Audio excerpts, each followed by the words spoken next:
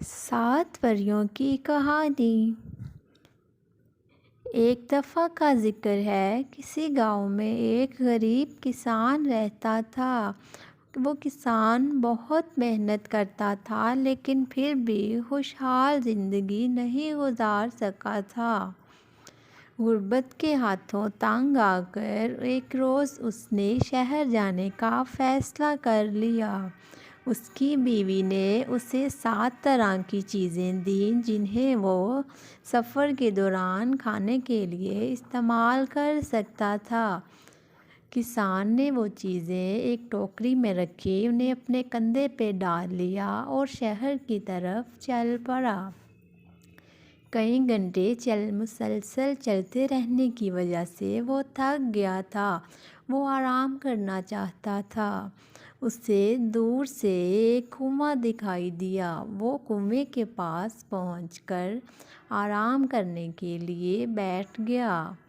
کچھ دیر آرام کرنے کے بعد اسے بھوک ستانے لگی، تو اس نے اپنا دسترخوان نکال کر سامنے رکھ لیا اور اپنے آپ سے کہنے لگا، 1 کھاؤں، 2 کھاؤں، 3 کھاؤں یا 7 کے ساتھ کھا جاؤں۔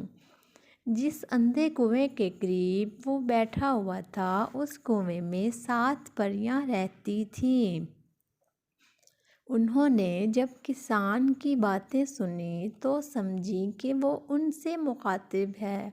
ایک پری بولی، یہ تو کوئی بہت عجیب مخلوق ہے جو پریاں کھاتی ہے۔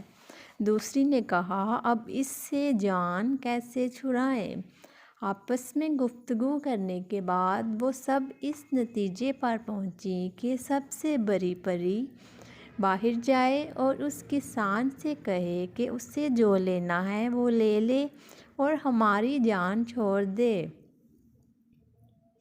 سب سے بڑی پری کسان کے پاس آئی اور اس سے کہنے لگی، تم ہم سے جو بھی مانگو گے ہم تمہیں دیں گے، مگر خدا کے لیے ہمیں کھانا مت۔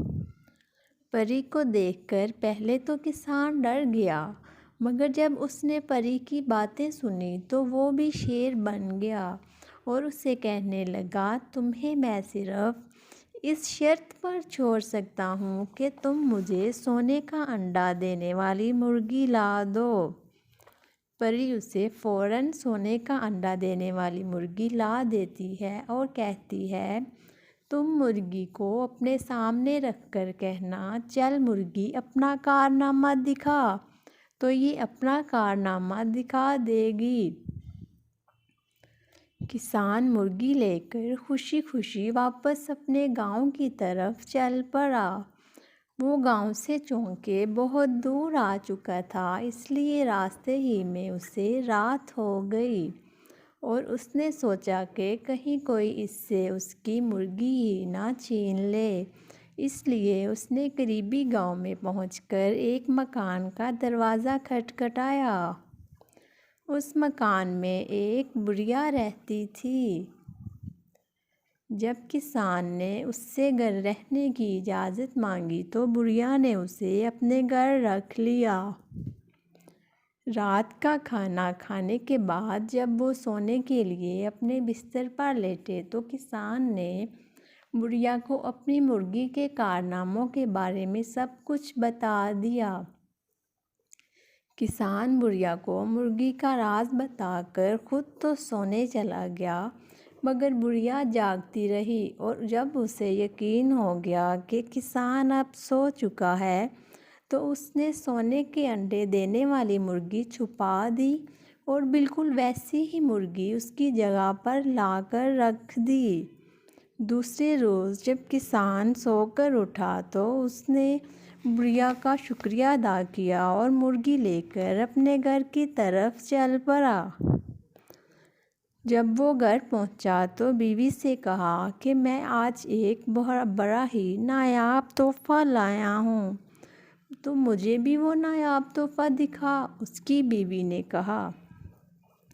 کسان مرغی کو اپنے سامنے رکھ کر بولا، چل مرغی اپنا کارنامہ دکھا۔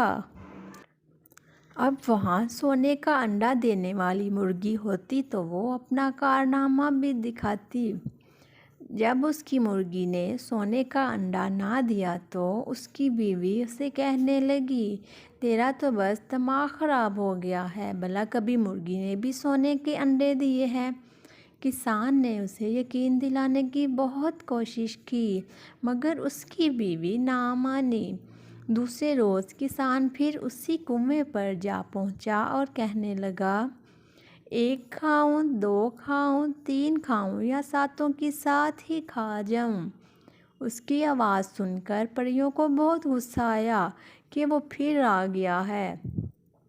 سب سے بڑی بہن کنویں سے باہر نکلی اور کسان سے کہنے لگی، اے لالچی انسان، تجھے ہم نے اس قدر قیمتی تحفہ دیا مگر تمہاری ہرس پھر بھی ختم نہیں ہوئی اور تم آج پھر آ گئے ہو۔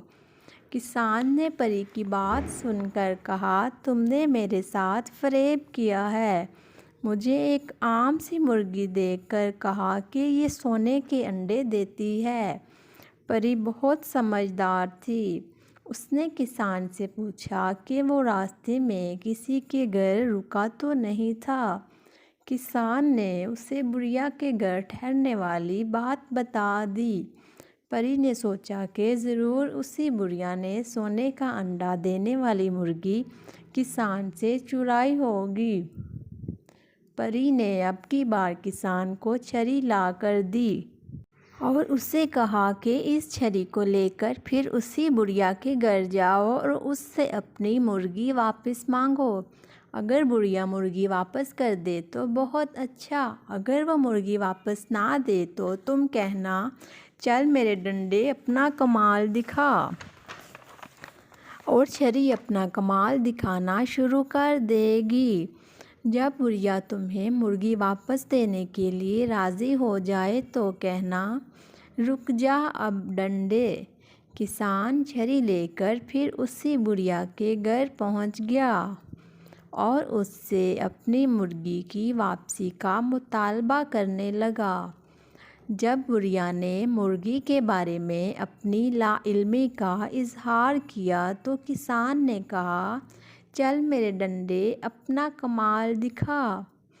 کسان نے یہ بات کہی ہی تھی کہ اس کا ڈنڈا بڑھیا پر برسنا شروع ہو گیا اور وہ بڑھیا کی پٹائی کرنے لگا۔